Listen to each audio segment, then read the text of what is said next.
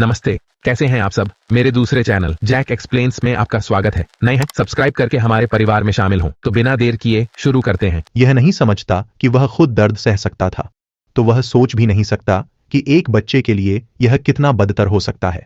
वह उससे सौदा करने को कहता है, बस एक बात बताने को, और वह वहीं रुक जाएगा। वह बताता है कि उसे सिर्फ कडेन का जबरन नियंत्रण चाहिए। कहता है कि उसने ठीक से नहीं सिखाया, भले ही वह उसका शिष्य हो। यानी अगर वह सिर्फ उसके बल नियंत्रण का खराब संस्करण है तो उसे बताने में बुरा नहीं लगना चाहिए। जीवू कहता है कि वह कभी नहीं बताएगा कि बल नियंत्रण श्री कडेन ने सिखाया। यह उसके लिए दुनिया का मतलब रखता है। वह इसे खोने के बजाय मर जाएगा और किसी को इसके बारे में नहीं बताएगा। आदमी गुस्से में आ जाता है और उसे जमीन पर पटक देता है। वह उसका सिर जमीन पर मारता है, जिससे दरार पड़ जाती है, और बार बार मारता रहता है। इस बीच मायोंग वहां आकर बताता है कि कडेन वहीं है। वह जानबूझकर बच्चे को पकड़ने की जगह पर निशान छोड़ता है, जो किसी के मिलने पर उसे सचेत करता है। वह उठकर कहता है कि स्वागत की तैयारी करें। जीवू सोचता है कि काडेन ठीक नहीं है, जो उसके लिए खतरनाक हो सकता है। वह मायोंग से पूछता है कि क्या इस बच्चे का इस्तेमाल करना चाहिए, लेकिन वे आश्चर्यचकित हैं कि श्री सुमिन आ गए हैं। वे एक दूसरे से पूछते हैं कि वह कौन है। वह कहता है कि यह वो व्यक्ति नहीं जिसने निशान को सक्रिय किया, वरना वह इतनी जल्दी नहीं पहुंच सकता था। सुमिन जीवू की हालत देखकर हैरान है और पूछता है कि उन्होंने उसे क्यों अगवा किया है। वह गुस्से से पूछता है कि क्या उन्हें पता है कि उन्होंने क्या किया है, जबकि वे बस आश्चर्य से देख रहे हैं। दूसरी ओर जो युंग अपने दफ्तर में है जब इन हाइक दौड़कर आता है और बताता है कि उसे मिस्टर का संदेश मिला है, सुमिन कांग, और वो उन्हें भेजे गए पते पर जल्द से जल्द चाहता है। उसी समय श्री सुमिन अपनी जागृत ऊर्जा छोड़ते हैं, जो जमीन में दरारें डालकर उन्हें परेशान करती है। वो उनके चारों ओर एक अलग स्थान बनाता है और म्योंग कहता है कि वो महसूस कर सकता है कि वो बहुत ताकतवर है। आदमी उस पर हमला करने की कोशिश करता है और कहता है कि वो लड़ने को तैयार है, कैडेन के साथ आ रहा है, पर ये आदमी उन्हें रोक रहा है। श्री सुमिन अपनी जगह पर खड़े रहते हैं और सिर्फ हाथों से उनका हमला रोक देते हैं। इस बीच म्योंग बगल से आता है और वे दोनों मिलकर उस पर हमला करने वाले हैं, लेकिन वो अपनी ऊर्जा छोड़ता है और उन्हें एक साथ पीछे धकेल देता है।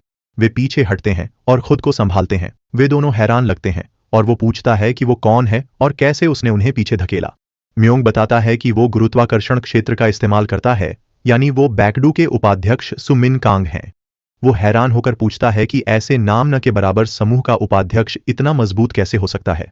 मायोंग कहता है कि कडेन के आने से पहले उसे हटाना होगा। सुमिन सोचता है कि जीवू के लिए खतरा है तो वह जगह को नष्ट कर देता है। वे बचने की कोशिश करते हैं और चौंक जाते हैं कि उसने बच्चे के लिए इमारत गिरा दी। सुमिन को लगता है जीवू बहुत बुरी हालत में है। वह पूछता है बच्चे के साथ क्या किया। वे जागृत हैं और पूछते हैं क्या उन्हें शर्म नहीं आती। वे फिर हमला करते हैं पर सुमिन बच जाता है। वह मायोंग पर हमला करता है, दूसरा फिर हमला करता है, पर सुमिन पलटवार करता है। वह उसे गुरुत्वाकर्षण से गिराता है, पर मायोंग फिर हमला करता है। सुमिन सोचता है दोनों से एक साथ निपटना मुश्किल है, साथ ही उसे जीवू की भी रक्षा करनी है। मायोंग उस पर हमला करता है और कहता है कि उसकी बाधा तोड़ने के लिए शक्ति फैलाने की बजाय उसमें छेद करना ज्यादा असरदार होगा। वह बाधा तोड़ने की कोशिश करता है, तभी दूसरा फिर उठकर ऊपर से हमला करने के लिए कूदता है। उनकी शक्तियों का टकराव होता है और सुमिन चतुराई से बच निकलता है। वह कहता है कि वह बहुत देर तक डेस्क पीछे रहा। मायोंग कहता है कि कडेन के आने से पहले उसे खत्म करना होगा। दूसरा कहता है कि अब उन्होंने उसे समझ लिया है और वे तुरंत कार्रवाई करेंगे। सुमिन उन्हें ललकारता है और जब वह हमला करने वाला था उसे पीछे किसी की मौजूदगी महसूस होती है। वह मुड़कर देखता है और कडेन को अपने पीछे खड़ा पाता है। वह जीवू को उसके हाथों में देखता है, जो बुरी हालत में है। कडेन कहता है कि उसे पता था ऐसा होगा। जागृतों की दुनिया खतरनाक है, जहां कभी भी जान जा सकती है। उसका शिष्य होना और भी खतरनाक है। जीवू कहता है कि उसने उन्हें कुछ नहीं बताया, न उसके बारे में, न ही उसके सिखाए बल नियंत्रण के बारे में। वह कहता है चिंता न करें, उसने कुछ नहीं बताया और कभी नहीं बताएगा, चाहे उसे मरना ही क्यों ना पड़े। कडेन उसके सिर पर हाथ रखकर कहता है कि उसे इसकी चिंता नहीं थी, बल्कि जीवू के चोटिल होने की थी। वह सुमिन को बुलाता है और पूछता है, जीवू के साथ पीछे रहने को कहता है। फिर वह पूछता है क्या वे इसकी कीमत चुकाने को तैयार हैं। एक हंसता है, कहता है वे मूर्ख नहीं, सब जानते हैं वह पूरी तरह टूट चुका है। वह शक्ति जगाता है, कहता है वह तुरंत आया और आज वह गिरेगा। वह विशाल ऊर्जा छोड़ता है और उसे पास आने को कहता है। सुमिन देखता है, सोचता है कादिन ठीक नहीं, पूछता है क्या गंदे लोगों ने यह मूर्खता की। वह पूछता है क्या अभी भी समझ नहीं आया। कहता है उन्होंने उसका ब्लफ कॉल किया। अचानक धरती फटती है। वह अहमयोंग से पूछता है क्या हो रहा है। उसे घायल बताया गया था। अहमयोंग कहता है सच बताया था। पूछता है घायल होकर इतना शक्तिशाली कैसे हो सकता है। अहमयोंग कहता है कि वह गलत था, यह शक्ति सिर्फ उसकी चोट के कारण है। कादिन बिजली से हमला करता है। वे डर कर बचने की कोशिश करते हैं। बिजली का दबाव इतना है कि सूमिन को जीवू और खुद को बचाने के लिए बाधा बनानी पड़ती है। जगह तबाह हो गई। अहमयोंग बाल बाल बचा, पर उसका साथी अभी भी लड़ सकता था। कादिन पूछता है क्या उसने शिष्य को पीटा, फिर अपनी शक्ति से उसकी हड्डियां तोड़ता है। वह बचने और पलटवार करने की कोशिश करता है, पर कादिन को छू भी नहीं पाता। वह सोचता है कि उसका हमला सफल रहा, पर कादिन अचानक प्रकट होकर उसका सिर पकड़ लेता है। वह फिर पूछता है क्या उसने शिष्य को यातना दी, और हैरान है कि कादिन इतनी चोट के बावजूद इतना शक्तिशाली है। कादिन कहता है कि वो जानता है किसने किया, यह अहमयोंग जैसा नहीं है, और वह उसे तीव्र बिजली का झटका देता है। वह जोर से चिल्लाता है और कादिन उसे अर्धमृत करके फेंक देता है। वह दूसरी इमारत से टकराकर बुरी तरह घायल होकर जमीन पर गिरता है। फिर वह आता है, उसके चेहरे पर पैर रखकर पूछता है क्या बस इतना ही है। जब वह उसे छोड़ने की सोचता है, वह माफी मांगता और जान की भीख मांगता है, पर कादिन बेरहमी से उसका सिर कुचल देता है। वह फिर से उस पर तीव्र बिजली के झटके से हमला करता है। इस बीच सूमिन खुद और जीवू को बचाने की कोशिश कर रहा है और सोचता है क्या यह दुनिया के सबसे शक्तिशाली जागृतों में से एक की ताकत है। वह अहमयोंग को बुलाता है और पूछता है क्यों नहीं आ रहा। वह कहता है उसे देखते ही पता चला कि उसे मारना अभी उसकी क्षमता से बाहर है। वह दृढ़ संकल्पित है कि मौका मिलते ही वह कदम उठाएगा, और कादिन कहता है कि यह एकमात्र बार है जब वह उसे छोड़ रहा है। वह उसे चेतावनी देता है अगली बार जब वह उसके प्रशिक्षु से छेड़छाड़ करेगा तो वह उसे सजा दिलवाएगा। अहमयोंग पूछता है क्या वह सच में जीवू को अपना प्रशिक्षु मानता है, और जब वह चुप रहता है तो वह उड़ जाता है। फिर वह मिस्टर सूमिन के पास जाता है, कहता है कि वह जीवू को ले जाएगा और उसे अपनी बाहों में उठा लेता है। वह सूमिन से कहता है कि वह उसका एहसानमंद है और बदले में मदद करेगा। उसके जाने के बाद सूमिन के चेहरे पर पसीना आ जाता है और सोचता है कि सुपल कादिन जैसे व्यक्ति से पंगा क्यों लिया। फिर वह उसे शिन्वा अस्पताल की गहन चिकित्सा इकाई में ले जाता है, जहां एक डॉक्टर उसका इलाज कर रहा है। कुछ देर बाद इन ह्युक उससे उसकी हालत पूछता है। वो बताता है कि जीवू बुरी स्थिति में है, बाहरी जख्म तो ठीक हो जाएंगे, पर अंदरूनी चोटों के कारण वो ठीक होने के बाद भी अपनी शक्ति पर काबू नहीं रख पाएगा। डॉक्टर कहता है कि उसकी बाहें एक और समस्या हैं। वो बिना शक्ति के भी सामान्य जीवन जी सकता था, पर उसकी बाहें बुरी तरह से क्षतिग्रस्त हैं और उन्हें पहले जैसा करना मुश्किल होगा। इन ह्युक और जी यंग हैरान होकर पूछते हैं कि क्या उसे ठीक करने का कोई तरीका है।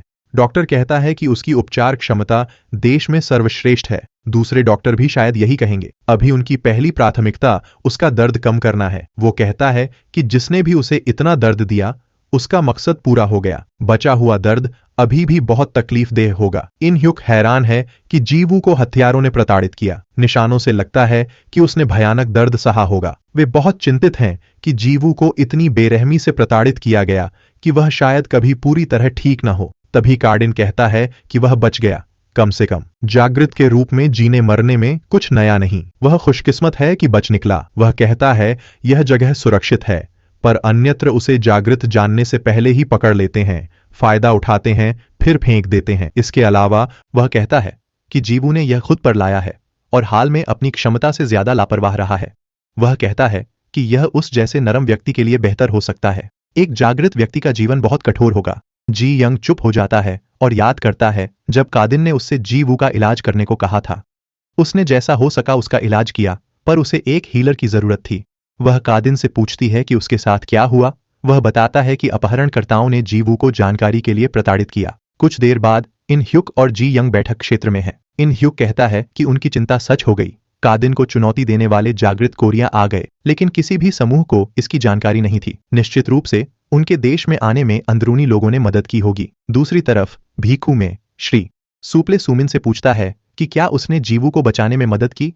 वह बताता है कि उसे अपने एक कार्यस्थल पर कोरिया में अपंजीकृत जागृत लोग मिले। उनका पीछा करने पर उसने देखा कि उन्होंने कादिन के शिष्य का अपहरण किया था। सुपल हैरानी दिखाने की कोशिश करता है, पर सूमिन जानता है कि वह कुछ छिपा रहा है। वह बताता है कि बच्चे को बचाने के बाद जब वह उनका सामना कर रहा था, कादिन आया और स्थिति सुलझा दी। वह कहता है दुख है कि कोरिया में ऐसी घटना हुई, और सूमिन कहता है कि वह जा रहा है। सुपले कादिन की हालत के बारे में पूछता है और कहता है कि उसने उसे लड़ते देखा। सुमिन कहता है, वह बहुत ताकतवर था, उसकी शक्ति की बातें महज अफवाह नहीं थीं। जाने के बाद सुपल सोचता है कि कादिन घायल होने के बावजूद इतना शक्तिशाली था कि सुमिन भी प्रभावित हुआ। वह मुस्कुराता है और सोचता है कि वे यह सुनकर बहुत खुश होंगे। कादिन अभी भी अस्पताल में जीवू के घावों की जांच कर रहा है। उसे याद है जब उसने कहा था, चिंता मत करो, वो किसी को नहीं बताएगा, चाहे उसे मरना ही क्यों ना पड़े। वो सोचता है, जीवू मूर्ख है, क्योंकि ऐसे अंत से बेहतर था उन्हें बता देना। इस बीच जीवू होश में आता है और बिल्लियों के बारे में पूछता है। कादिन कहता है कि उन्हें खिला दिया। जीवू बताता है कि उसका पूरा शरीर कमजोर है, बाहें हिल नहीं रहीं। उसने सोचा था बल नियंत्रण से ठीक हो जाएगा, पर वो भी नहीं कर पा रहा। कादिन बताता है कि वो अब भी जागृत शक्ति का सही इस्तेमाल नहीं कर सकता और ठीक होने के बाद भी ज्यादा फर्क नहीं पड़ेगा, यानी एक जागृत व्यक्ति के रूप में उसका जीवन खत्म हो गया है। सबसे बुरा ये कि उसकी बाहें शायद कभी ठीक ना हो। पर जीवू मुस्कुराकर कहता है कि थोड़ा मजबूत होता तो ये ना होता। कादिन कहता है, थोड़ा मजबूत होने से कुछ नहीं होता, वो उन दोनों का मुकाबला नहीं कर सकता। जीवू उससे उसकी हालत पूछता है। कादिन कहता है वे उसके स्तर पर कभी नहीं होंगे। वह एक को निकालता है और दूसरा बिना कुछ किए भाग जाता है। जीवू मुस्कुराकर कहता है, सब कहते हैं कादिन सबसे शक्तिशाली है, पर ऐसे गुरु के शिष्य के लिए वह बहुत दयनीय लगता है। कादिन कहता है, किसी और बात पर नहीं, बस सुधार पर ध्यान दो। जीवू कहता है वह बहुत दर्द में है। कादिन को याद आता है डॉक्टर ने कहा था दर्द कम करना सबसे जरूरी है। वह सिर पर हाथ रखता है। बाहर आकर इन ह्युक और जी यंग से जीवू की जानकारी लीक करने वाले को ढूंढने को कहता है। अगली सुबह जीवू जागता है तो अपने दोस्तों को पास पाता है। जिसुक ने पूछा, क्या हुआ, कहाँ? उसे कई कॉल्स आए पूछते हुए क्या वह उसके साथ था जो उसे डरा गया। जीवू मुस्कुराकर कहता है, शायद स्कूल को बताना पड़े कि वह फिर एक कार दुर्घटना में पड़ गया। दोनों उसका मजाक उड़ाते हैं। वे महसूस कर सकते हैं कि वह दर्द में है और पूछते हैं कि क्या उसके घाव उसे तकलीफ दे रहे हैं। जीवू उन्हें बताता है कि वह अब अपनी जागृत शक्ति का उपयोग नहीं कर पाएगा। वे इस पर चौंक जाते हैं। जीवू उन्हें बताता है कि उसे कहा गया था कि ठीक होने के बाद भी वह न सिर्फ अपनी जागृत शक्ति खो देगा, बल्कि उसकी बाहें भी ठीक से काम नहीं करेंगी। वे इस पर हैरान हैं और कहते हैं कि वह जीवित है, जो सबसे ज्यादा मायने रखता है। वे मुस्कुराते हुए उसे सिर्फ ठीक होने पर ध्यान देने को कहते हैं। वे कहते हैं कि उन्हें जाना चाहिए क्योंकि डॉक्टर ने मुलाकात का समय सीमित किया है। वे अलविदा कहते हैं और जब वे चले जाते हैं तो जीवू मुस्कुराना बंद कर देता है। साथ ही वे भी मुस्कुराना बंद कर देते हैं और उसकी हालत के बारे में चिंतित लगते हैं। जिसुक जी यंग के दफ्तर जाकर पूछता है कि क्या जीवू कभी पहले जैसा नहीं हो सकता। वह बताती है कि अपहरण के दौरान उसे बुरी तरह प्रताड़ित किया गया था। वे यह जानकर हैरान हैं। जी यंग बताती है कि जीवू का शरीर इतना क्षतिग्रस्त है कि उपचार के बाद भी वह जागृत शक्ति जुटाने या उसे चलाने में असमर्थ रहेगा।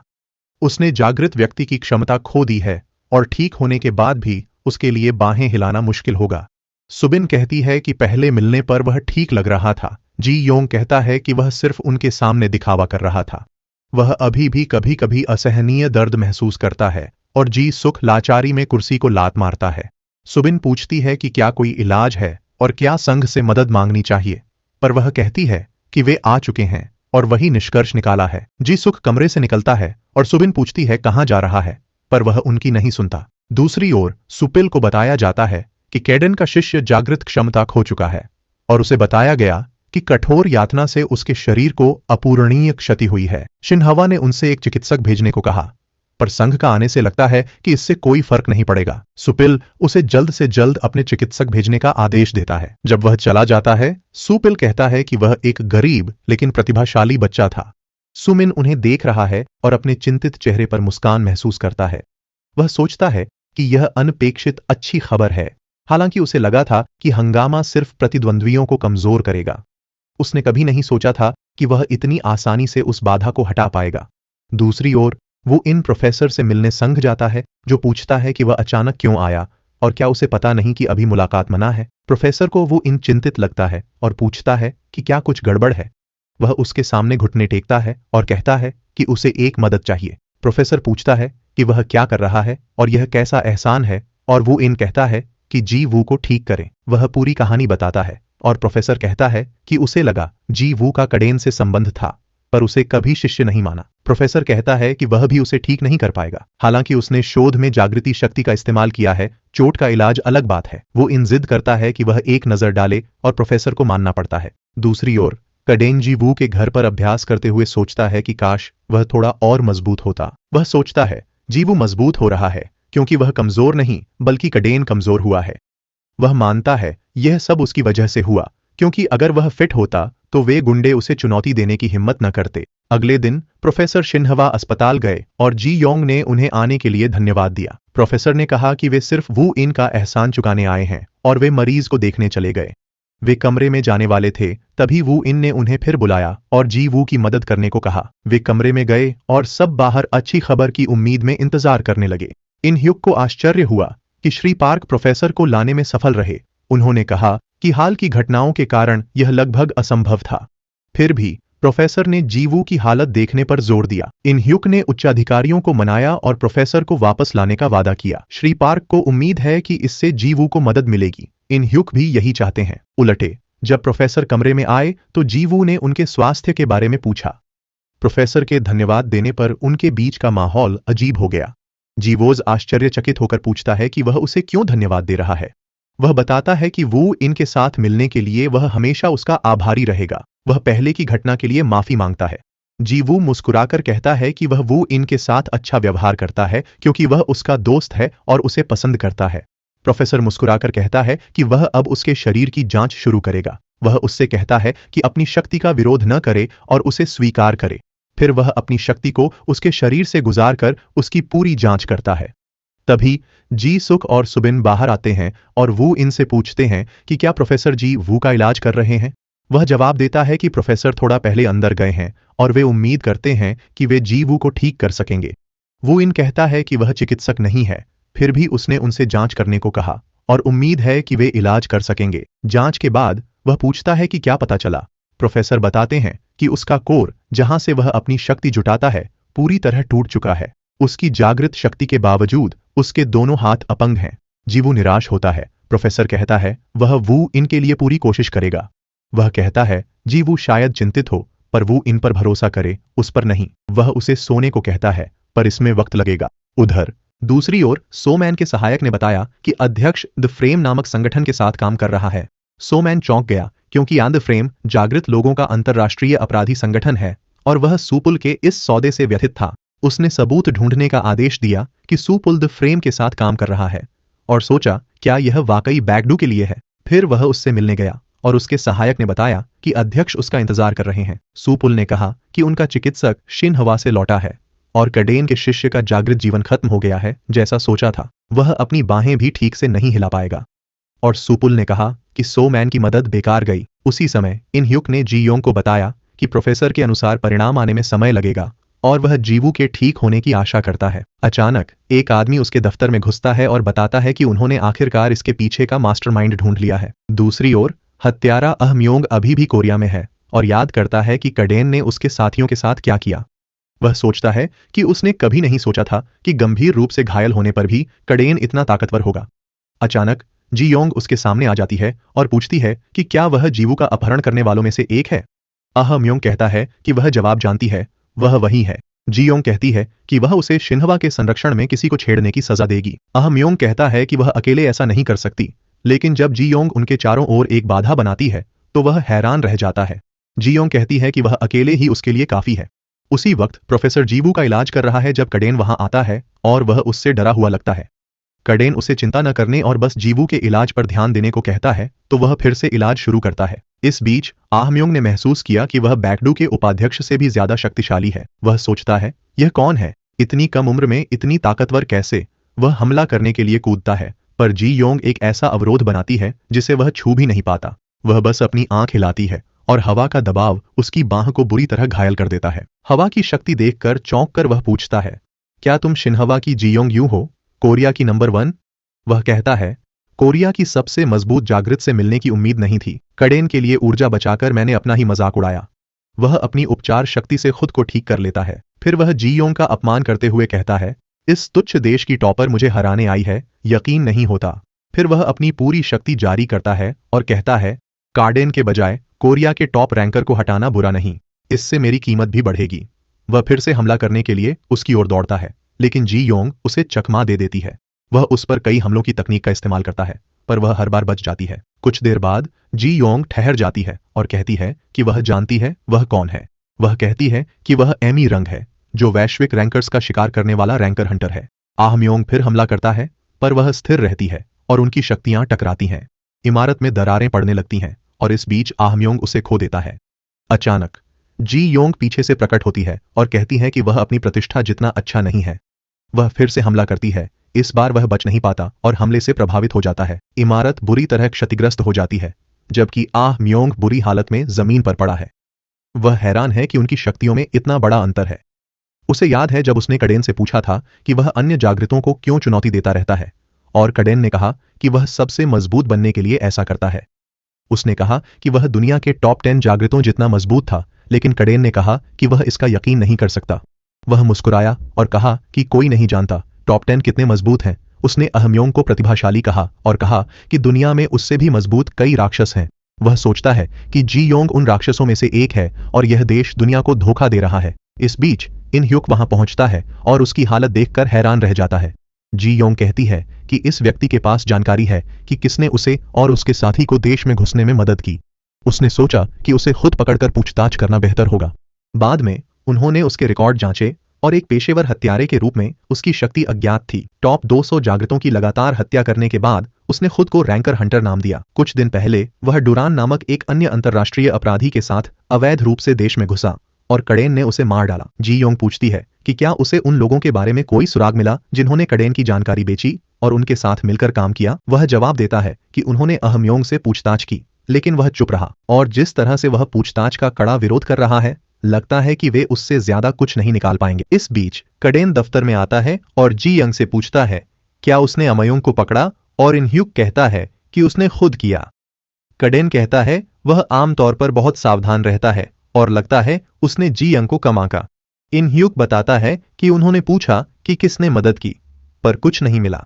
कडेन कहता है यह कोई आश्चर्य की बात नहीं, उससे जानकारी निकालना लगभग नामुमकिन है। जी यंग देखती है कि वह उसे अच्छी तरह जानता है, पर कडेन कुछ नहीं कहता। कुछ देर बाद वह उससे पूछता है कि उसे और उसके शिष्य की जानकारी कैसे मिली और कौन उसे यहां लाया। अमयोंग मुस्कुराकर कहता है कि किसी ने नहीं सोचा था कि कडेन, जो समूहों से नफरत करता था, शिन्वा के साथ होगा। कडेन कहता है वह समूह का हिस्सा नहीं है, उसका शिष्य मदद ले रहा है और वह जानना चाहता है कि किसने उसे इतनी बुरी तरह चोट पहुंचाई। अमयोंग पूछता है कि क्या उसका शिष्य ही कारण है कि वह एकदम अलग व्यक्ति जैसा बर्ताव कर रहा है। उसे समझ नहीं आता कि जब कई जागृत लोगों ने उसके प्रति वफादारी दिखाई, फिर भी उसने किसी को शिष्य नहीं बनाया। वह पूछता है कि उसने उस लड़के को क्यों चुना, और कडेन कहता है कि वह अलग था। वह कहता है कि जी वू उससे कुछ नहीं चाहता, और अमयोंग हैरानी से पूछता है कि क्या यही कारण है। वह बताता है कि उसने बाजार से जानकारी खरीदी और बेचने वाले को नहीं जानता, दुरान बस काम खत्म करके आया था। वह उस समूह द्वारा रखे गए इनाम के पीछे था जिससे वह हाल ही में टकराया था। कडेन पूछता है कि देश में प्रवेश में किसने मदद की। अमयोंग कहता है कि वह एक बड़ा समूह है। कडेन के जाने पर उसे याद आया कि जी वो दूसरों की तरह उससे कुछ नहीं चाहता था। अगले दिन मिस्टर सुपाल जी यंग को देखकर कहता है कि वह आसपास था और उसने सुना कि उसके प्रायोजित बच्चों के साथ कुछ बुरा हुआ है। जी यंग उसे चिकित्सक भेजने के लिए धन्यवाद देती है। वह कहता है कि उन्हें एक दूसरे की मदद करनी चाहिए और माफी मांगता है कि वह ज्यादा सहायक नहीं था। वह जी वू के बारे में बात करता है, कहता है कि वह प्रतिभाशाली था और पूछता है कि उनके देश में ये दुर्भाग्य क्यों होते रहते हैं।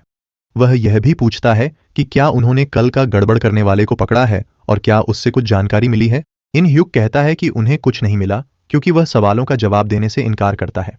मिस्टर सुपाल उसे अपने पास भेजने की पेशकश करता है, कहता है कि वे पूरी तरह से जांच करेंगे। जी यंग कहती है कि वे उसकी मदद मांगने से पहले और जांच करेंगे। वह उठकर कहता है कि वह कभी भी संपर्क कर सकती है। वे उसे बाहर तक छोड़ने जाते हैं, लेकिन वह उन्हें मना कर देता है। उसे राहत है कि वो चुप रहा। एक के पकड़े जाने से वो तनाव में है। इस बीच वह कडेन को आते देखता है। वह नमस्ते कहता है, पर कडेन चुपचाप निकल जाता है। वह सोचता है कि कडेन घमंडी हो गया है। हालात खराब हैं क्योंकि शिकारी कडेन पर शक नहीं करते और कार्रवाई से हिचकते हैं। इस बीच उसका आदमी बताता है कि मुख्यालय से फोन आया है। सभी जीवू के कमरे के बाहर खड़े हैं। प्रोफेसर 3 दिनों से उसका इलाज कर रहे हैं। इसे लाकर सुबिन से पूछती है कि क्या जी वू को गंभीर चोट लगी है। सुबिन पूछती है कैसे पता चला। वह कहती है शिन्वा ने हीलर मांगा था। उसने सुना कि चोट इतनी बुरी थी कि वह अपनी शक्ति फिर नहीं जगा सकेगा। वे सब इस पर चुप हैं और उससे क्या कहें समझ नहीं पा रहे। उधर मिस्टर सुमन सोचते हैं कि सुपाल को रोकना होगा, नहीं तो वह दी फ्रेम में बहुत फंस जाएगा।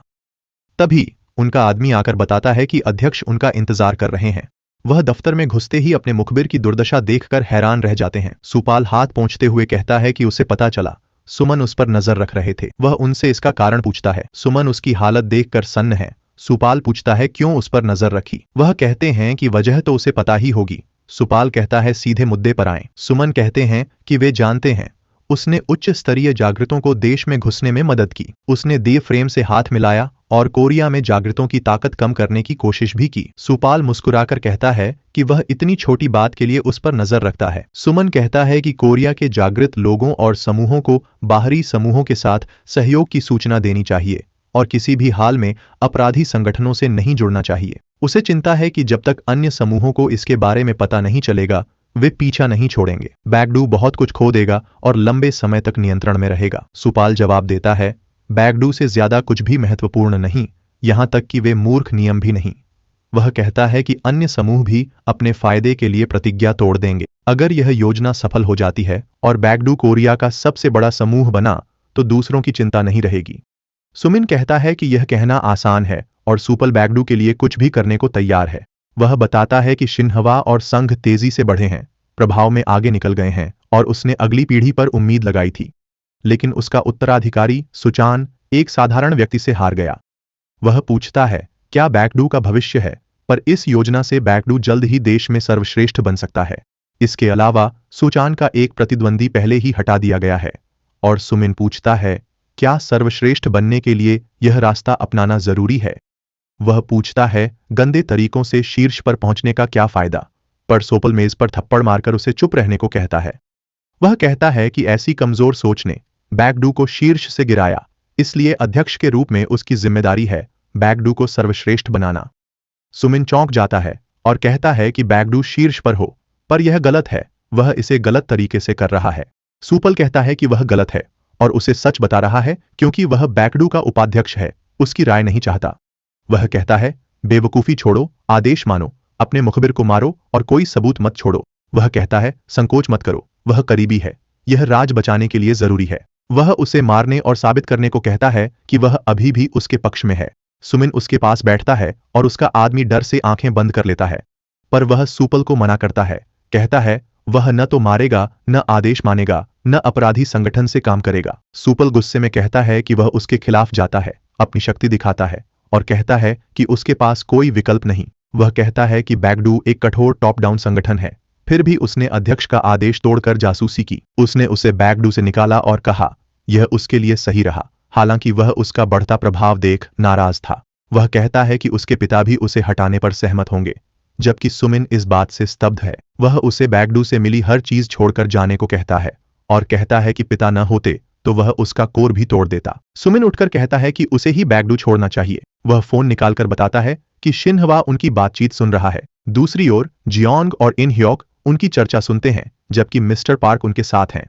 सुपल क्रोधित होकर अपनी शक्ति छोड़ता है और कहता है कि वह उसे अभी यहीं मार डालेगा। अचानक छत में दरारें पड़ जाती हैं, जो उनके चारों ओर एक अलग स्थान बना देती हैं। कडेन वहां पहुंच गया और सुपल कांग को बाहर आने को कहा कि अभी उसे मार देगा। इन ह्योक हैरान होकर बोला उसे नहीं पता था कि बैकडू इसके पीछे है। पूछा क्या करें, क्योंकि कडेन वहां जा रहा है। जियोंग ने कहा बैकडू और कडेन का झगड़ा उनका मामला है, हमें बीच में नहीं पड़ना चाहिए। कडेन ने वहां पहुंचकर अपनी शक्ति से इमारत में बड़ी दरार पैदा कर दी। इमारत ढह गई और सुमिन अपने आदमी को लेकर सुरक्षित जगह चला गया। वह कडेन को वहां देखकर हैरान रह गया। उसने अपने लोगों को लड़ने से मना किया और तुरंत निकलने का आदेश दिया। सुपल उसके पास गया और पूछा बैकडू से युद्ध की घोषणा करने की हिम्मत कैसे हुई।